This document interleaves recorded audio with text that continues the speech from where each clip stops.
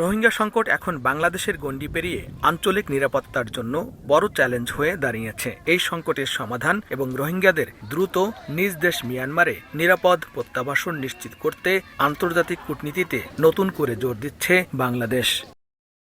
জাতিসংঘের রাজনৈতিক ও শান্তি বিনির্মাণ বিষয়ক under secretary general Rosemary Di কার্লোর সঙ্গে এক গুরুত্বপূর্ণ দ্বিপাক্ষিক বৈঠক করেন স্বরাষ্ট্রমন্ত্রী সালাউদ্দিন আহমদ। বৈঠকে বিশ্ব শান্তি রক্ষা ও শান্তি বিনির্মাণে বাংলাদেশের অবস্থান তুলে ধরার পাশাপাশি রোহিঙ্গাদের মিয়ানমারে ফেরাতে জাতিসংঘসহ আন্তর্জাতিক সম্প্রদায়ের কাছ থেকে আরও জোরালো দৃশ্যমান পদক্ষেপের আহ্বান জানান তিনি। Your Excellency, Under Secretary General for Department of Peace Operations. Sandalina সো, রূপচর্চায় আভিজাত্য।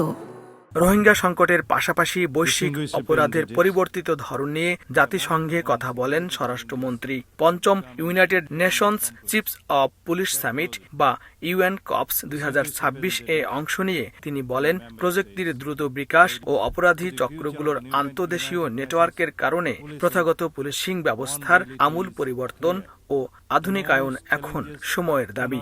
As we look to the future of the United Nations policing, one reality is clear.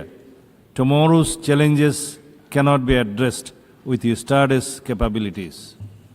We must invest in highly skilled personnel, specialized expertise, and innovative approaches to remain effective in an increasingly interconnected world. সম্মেলনে 5 সদস্যের বাংলাদেশ প্রতিনিধি দলের নেতৃত্বে ছিলেন স্বরাষ্ট্রমন্ত্রী। Police মহাপরিদর্শক Mohammad Ali Hossain ফকিরও সম্মেলনে অংশ নিয়েছেন। লস্কর আল মামুন, সময় সংবাদ, যুক্তরাষ্ট্র।